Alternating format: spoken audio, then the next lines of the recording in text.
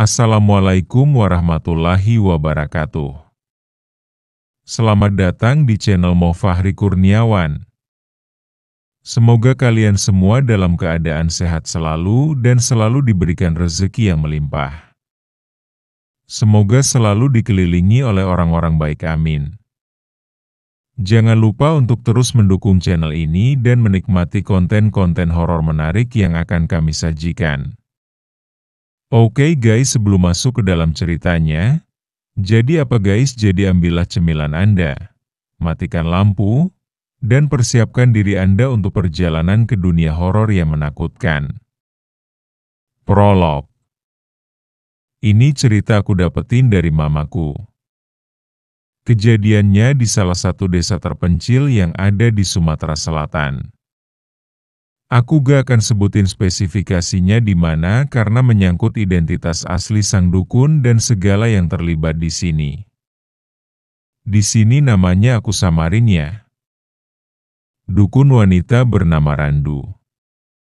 Jadi pas mamaku umur 8 tahun, ada kejadian yang bikin geger di sekitaran desanya. Jadi desa tempat mamaku tinggal itu cuma ada 25 rumah dalam satu desa. Kalau mau ke desa sebelah lumayan jauh, kira-kira 3 km jaraknya. Kejadian ini menyangkut dua desa sekaligus, jadi di desa sebelah ada wanita masih lumayan muda. Umurnya baru 35 tahun saat itu. Sudah menikah dan punya 5 anak, suaminya rajin sholat dan ngaji. Bahkan sering begadang karena mau menghatamkan Al-Quran. Tapi tidak dengan wanita ini, sebut aja namanya Randu. Dari aura mukanya dia perempuan yang bengis haus harta dan tamak. Kenapa bisa tahu? Karena pernah ada kejadian tetangganya yang melibatkan salah satu warga di desa mamaku tinggal waktu itu. Satu desa mamaku tahu siapa perempuan bernama Randu itu. Perempuan gak benar dan suka main-main dengan yang berbau santet dan semacamnya. Semua di desa mamaku tahu keluarga dari Randu itu bagaimana, tapi yang bikin heran dia menikah lagi dengan laki-laki soleh. Dan warga desa tempat mamaku tinggal bersyukur. Karena ada laki-laki baik yang mungkin akan menuntun Randu ke arah yang lebih baik. 4 bulan sejak pernikahan Randu dan laki-laki itu sekarang kandas karena suami Randu jatuh miskin. Jadi Randu menceraikan suaminya. Menurut warga sekitar, Randu belum berubah menikah hanya karena harta. Di umur yang ke-35 ini, Randu sudah 5 kali menikah.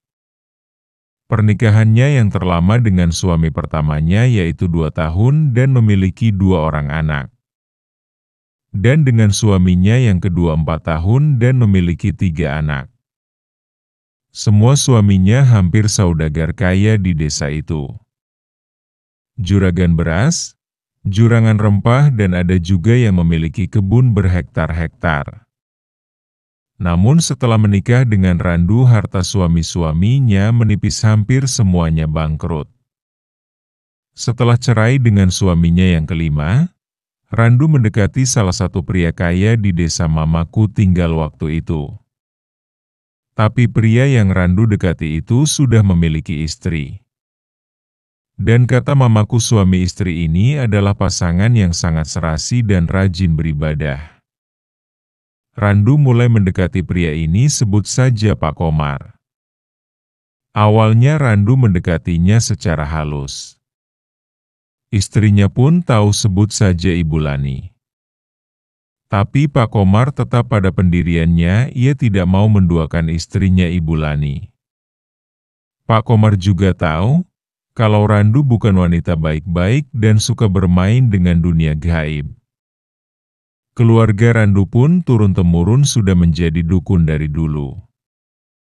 Hari berganti minggu, minggu berganti bulan. Bulani sakit awalnya cuma stroke ringan, tapi lama-kelamaan Bulani lumpuh total. Dalam medis, Bulani hanya stroke ringan, bahkan hampir dipulangkan ke rumah. Tapi nyatanya Bulani lumpuh total, berbicara pun gak jelas. Dari mulai sakit, Bulani sudah merasakan hal yang tidak beres dengan tubuhnya.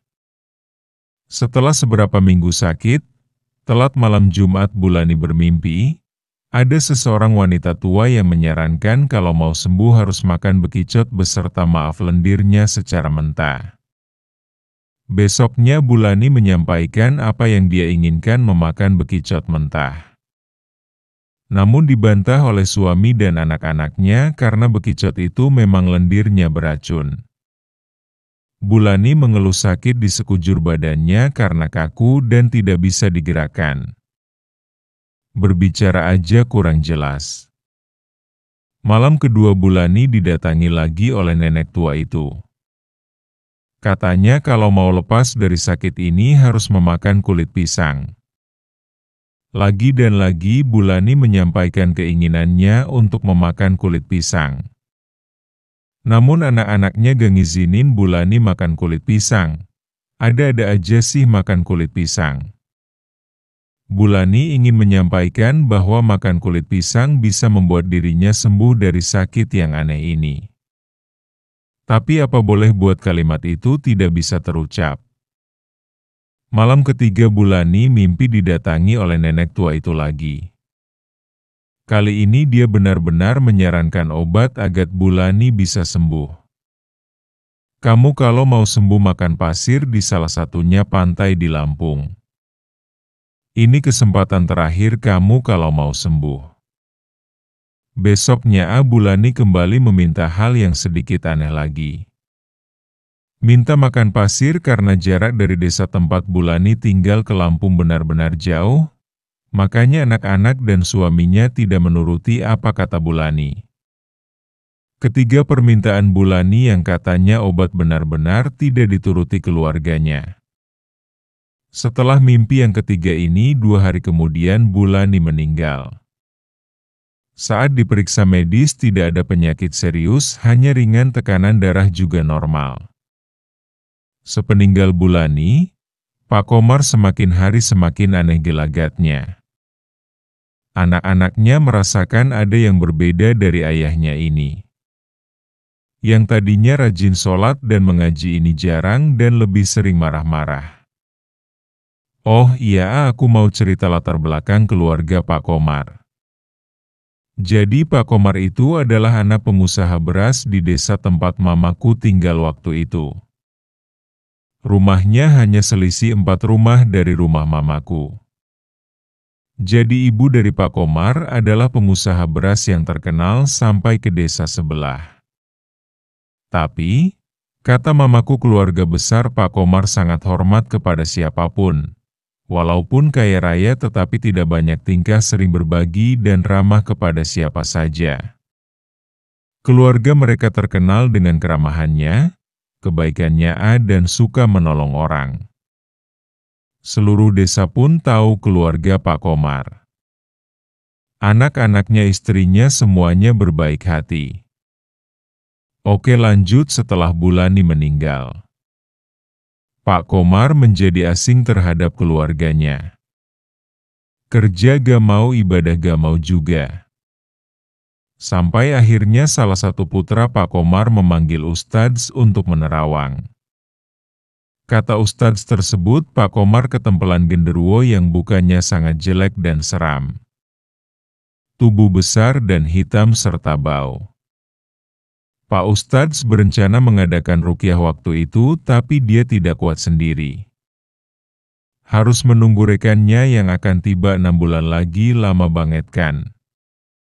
Di sana fasilitas sangat terbatas, rumah sakit hanya satu itu juga tidak lengkap peralatannya. Ustadz pun cuma 3 orang kata mamaku. karena satu desa hanya ditempati 25 rumah. Dulu benar-benar hutan belantara. Ke pasar saja harus melewati 3 desa baru sampai. Aku bakal cerita hubungan antara Pak Komar dan Randu selama 6 bulan sebelum Pak Komar diruqyah. Jadi kata mamaku sejak istrinya meninggal, Pak Komar semakin jauh dengan Tuhan dan keluarganya. Satu desa pun tahu ada yang aneh dari Pak Komar. Tapi semuanya masih positive thinking, mungkin saja Pak Komar masih berkabung. Pokoknya setelah 2 bulan istrinya meninggal, tiba-tiba Pak Komar ingin menikahi Randu. Semua keluarga besar awalnya gak setuju Pak Komar menikah dengan Randu yang notabene-nya mempunyai akhlak yang buruk. Apalagi anak-anak Pak Komar menentang keras ayahnya menikah dengan perempuan tidak baik. Hanya mengincar hartanya saja. Setelah pertentangan keras dari seluruh anggota keluarga dan masyarakat yang kini ikut campur masalah Pak Komar ingin menikah dengan Randu, 2 minggu kemudian tak ada angin apa anak-anak Pak Komar dan keluarganya merestui hubungan Pak Komar dan Randu. Mulailah Randu datang ke desa mamaku tinggal dan sering ke rumah Pak Komar serta bertemu dengan anak-anak Pak Komar. Mengambil hati anak-anak Pak Komar agar berlapang dada menerima Randu dan anak-anaknya yang akan menjadi keluarga baru mereka. Setelah pernikahan mereka, harta yang dimiliki Pak Komar menipis. Pak Komar semakin jauh dengan Tuhan, keluarga dan anak-anaknya. Setiap ada Randu, Pak Komar seperti dikontrol agar hanya berbicara dengan Randu. Bahkan mamaku dan tetangga Pak Komar yang lain tidak ditegur. Benar-benar berubah 100%. Tentang harta Pak Komar yang menipis satu desa tahu dari anak-anaknya. Emas milik Bulani 50% dijual dan uangnya entah kemana. Anak-anaknya bertanya kepada Pak Komar dan jawabannya hanya marah-marah dan tidak usah ikut campur, kata Pak Komar. Pemasukan dari toko beras juga tidak ada hasilnya padahal warung lumayan ramai seperti biasanya. Seluruh warga satu desa prihatin atas kejadian yang menimpa keluarga Pak Komar.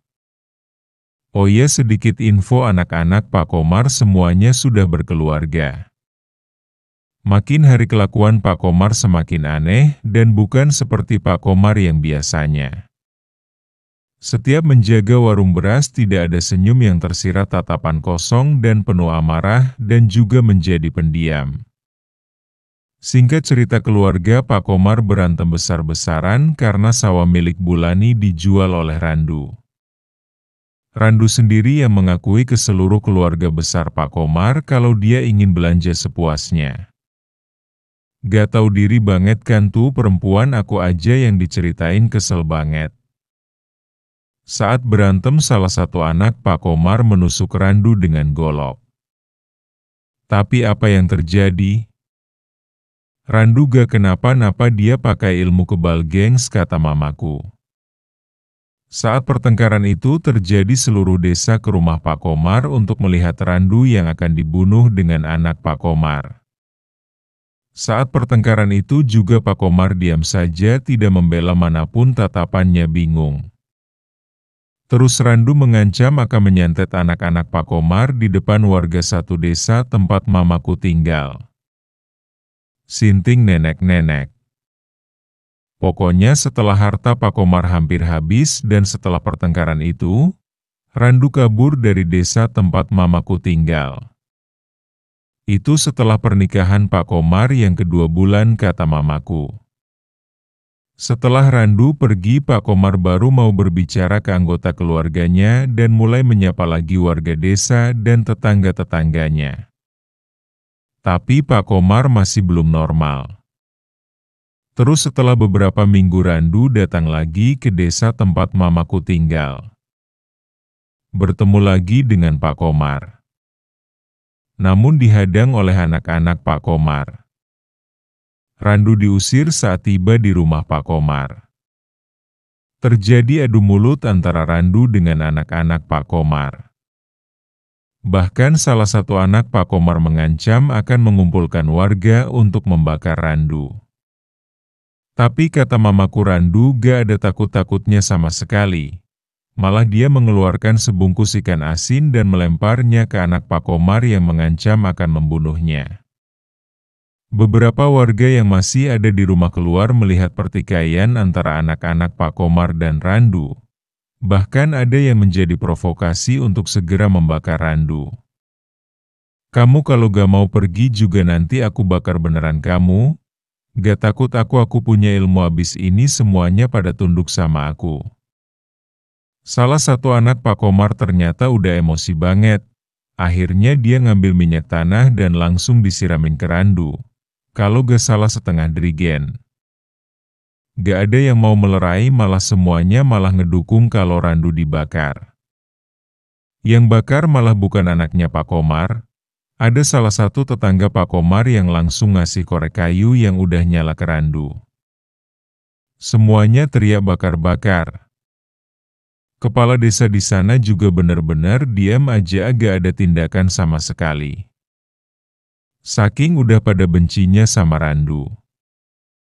Yang katanya gak akan kebakar, ternyata Randu beneran kebakar.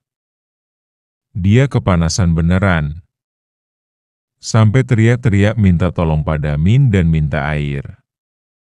Ini di luar logika, pas udah bener-bener gede apinya terus Randu udah kesakitan sampai teriak-teriak, tiba-tiba dia hilang. Sumpah hilang, kata mamaku. Cuma nyisain baju yang dia pakai di tanah dan masih kebakar. Kepala desa tempat mamaku tinggal itu hubungin kepala desa tempat Randu tinggal. Dia bilang tolong kalau ada Randu di rumahnya jangan biarin dia lolos.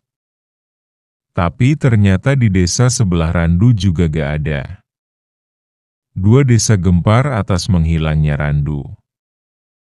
Nah pas Randu hilang, Pak Komar sering kesurupan, bahkan maaf muntah paku.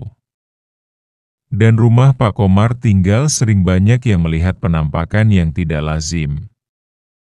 Hampir 4 hari Randu menghilang dan Pak Komar makin tersiksa. Ustadz sudah menolong Pak Komar dengan membuat penahan rasa sakit, bukan menghilangkan santet itu. Anak-anak Pak Komar semakin dendam dengan Randu karena mereka sudah yakin kalau Randu pelaku dibalik semua ini zaman dulu. Anak-anak kecil atau remaja di desa mamaku tinggal gak tabu lagi melihat kejadian yang menyeramkan. Makanya mamaku tahu semua cerita tentang Randu. Setelah itu Randu ditemukan dengan salah satu warga desa sebelah yang melihat Randu sedang ritual di sebuah hutan. Dan ternyata Randu mengabdi kepada iblis. Yang melihat Randu sedang ritual itu sebut aja namanya Galek. Mas Galek ini kebetulan lagi mencari kayu bakar di tengah hutan. Terus ada jejak aneh banyak bunga dan beras, makanya Mas Galek ngikutin jejak itu. Hingga tiba dia di sebuah pohon besar dan Randu sedang duduk membelakangi Mas Galek.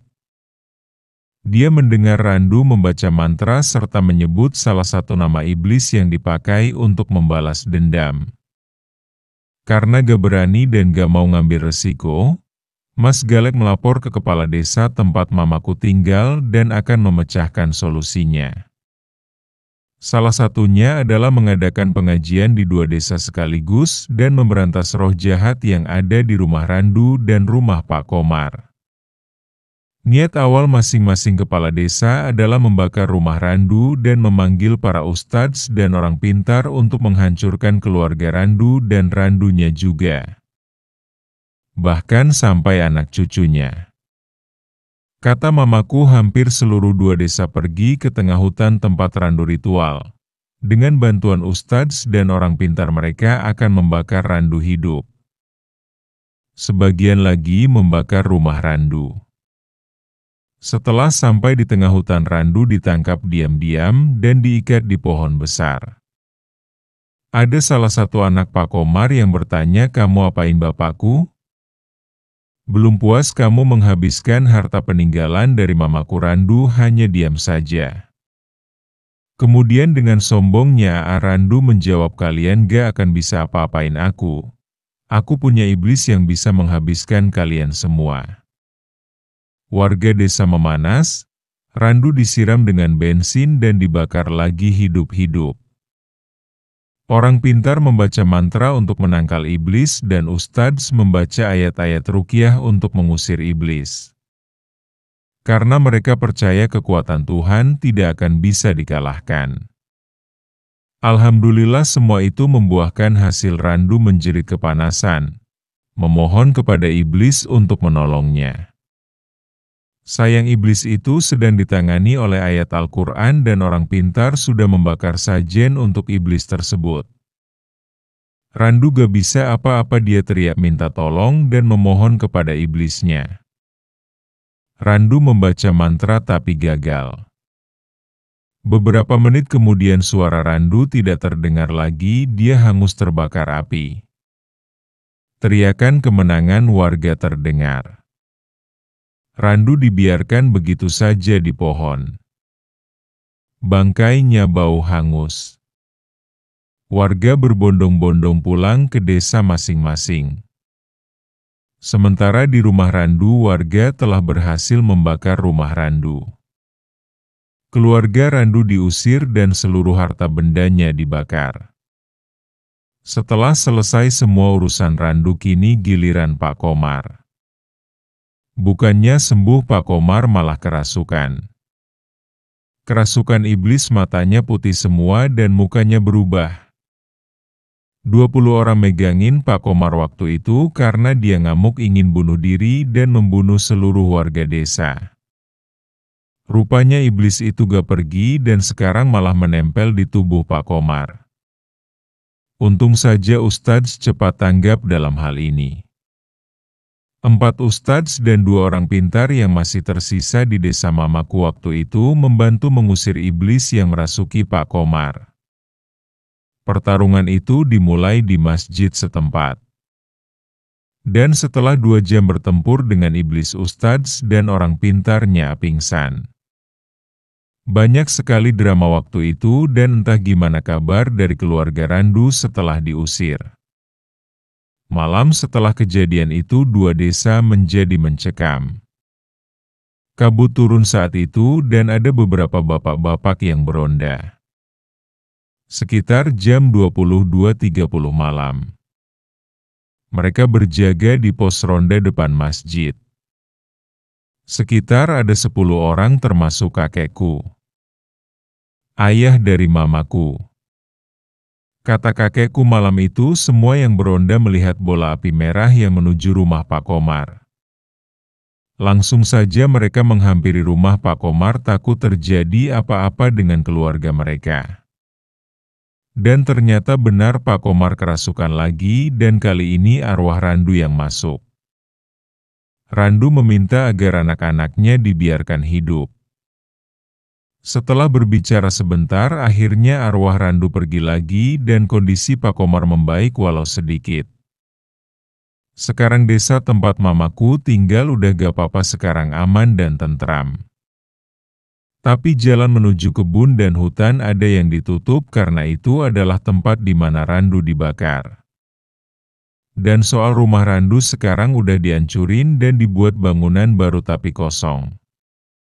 Karena waktu itu sempat diisi oleh orang dan gak betah. Konon katanya arwah Randu masih ada di tanah bekas rumahnya tinggal. Dan sampai sekarang aku dengar kabar lagi kalau keluarga Randu sudah pindah ke daerah di Pulau Jawa. Dan gosip yang beredar juga kalau anak-anak Randu kini juga mengabdi kepada iblis. Dan untuk keluarga Pak Komar dan Pak Komarnya sendiri masih ada sampai sekarang. Cuma ya udah tua tapi masih gagah. Dan waktu kemarin aku sampai ke sini dia menyapa mamaku. Benar-benar ramah, dan sekarang Pak Komar bukan membuka warung beras lagi, tapi sudah membajak sawah. Selesai. Dan itu akhir cerita dukun bernama Randu. Terima kasih yang telah menonton. Jangan lupa subscribe, like, dan komen untuk mendukung konten kami selanjutnya. Jangan lewatkan konten-konten horor menarik lainnya. Buat kalian yang punya cerita horor bisa kirim ke Gmail di bawah ini.